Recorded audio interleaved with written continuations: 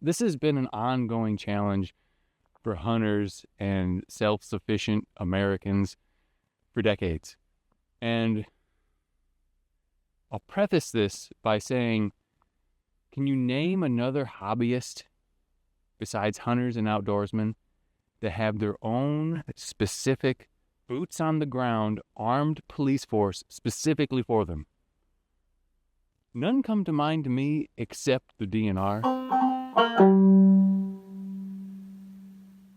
But that leads me to the juxtaposition I was talking about, how wolves seem to be central in this divide between true conservationist hunters and people who claim conservation but just want to keep hunters out of conservation is basically what they want. They want to replace hunters with wolves. To me, that's indicative of the whole problem with all of the conservation problems we have in America stem from that. A way over regulation, and for some reason they feel the need to give us our own special police force. Specifically for us. No, not for anything else, just for outdoorsmen and hunters. And when you really stop to think about it, that's Gestapo level, like, crazy.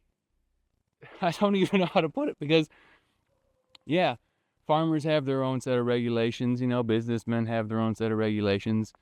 Golfers have to follow rules too, I suppose, but they don't have a police force. And if they do break the law, the normal police can handle it. So why can't the normal police handle it for me and you, outdoorsmen and hunters? Why do we have our own armed police force specifically after us? And when you stop to think about it, it doesn't really make sense. You stop to think, well, who's going to find all the hunting violations? They've fabricated 95% of the hunting violations. You can't see my quotation fingers there in my mitten, but the hunting violations. They fabricated them by making a whole lot of double standard type regulations specific to hunters. I'll give you an example. Hunters have to follow a different set of laws than normal people. So if a normal American citizen goes out in the woods, just goes for a walk, he can carry any weapon, any caliber, any firearm he wants. He can carry whatever. That's perfectly legal. He's Second Amendment rights. He can carry a bazooka for all I care. But when a hunter goes in the field, he has to carry a specific weapon with specific ammo, with specific materials that ammo is made out of, with for the specific game he's going after. He cannot carry whatever weapon he wants. He has to carry specifically what the DNR says he can carry. I'll give you another example.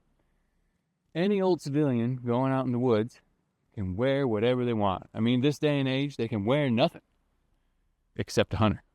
See, a hunter, though he could go out butt naked, has to have hunter orange. He has a dress code. He has to wear it. Now, that's an infringement on First Amendment rights, and stupidly, I don't know why that came about. Safety, I guess. But if a hunter doesn't want to wear hunter orange, this day and age especially, let them do it. Like, they know what they're risking. Why is that a ticketable offense? And those are just two obvious examples. The list goes on, how there are many regulations that have nothing to do with proper wildlife management, and for some reason, they need to give us a special police force to make sure we're following all those unimportant regulations, and ticket us when we don't. They have been targeting hunters and conservationists like you and I, who are self-reliant, who love being out in the woods, hunting and gathering our own meat, and loving God's creation. They have been targeting us from their very inception. And we need to start asking why and how can we change this? Because this is not a system, when proceeding down the path, their logic dictates that more regulations will fix the problem, but more regulations make the problem even worse because it's the regulations that made the problem in the first place. Does anyone else wonder how we had wildlife before the DNR, like they must have all just been pretty much gone and dead. And yet somehow they weren't. Sun popped out here. So as much as we may not like to admit it, this whole wolf conservation thing and the overregulation of hunters that's been going back a long time really is an attack on the American citizens' right to self-reliance. It's really trying to chip away at our ability to sustain ourselves on our own independently from any government interference. Our right to hunt and fish and gather and live is really subtly being undermined very slowly so that nobody knows. The frog is boiling almost at this point, folks.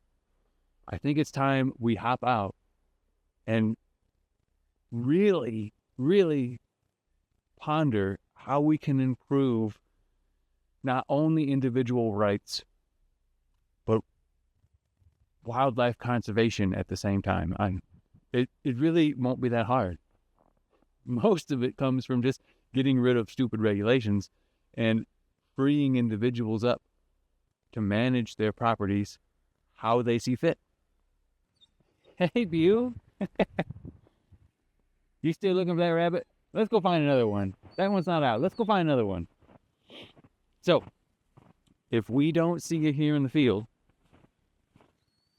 we'll see you in the kingdom. Come on, Bew. Yeah, let's go find another one. You haven't been able to kick that one up. I bet he's down in this bunker.